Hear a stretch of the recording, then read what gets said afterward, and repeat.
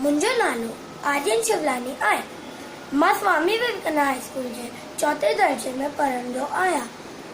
चालाक गिदड़ हिकु गिदड़ खाधे जी गुलामी सॼी राति रही, पर हुनखे कुझु हाथ न लॻियो।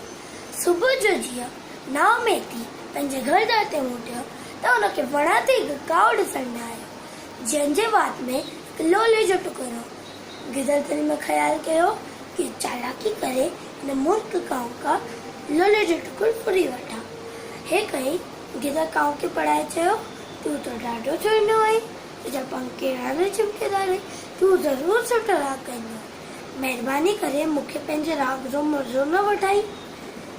मुल्क काउ चेहरो ऊंट में भरिजी चेहरो वात खोले काउ काउ करण लॻो, तेरो वात वारो लोले जो टुकड़ो पटे गिरो।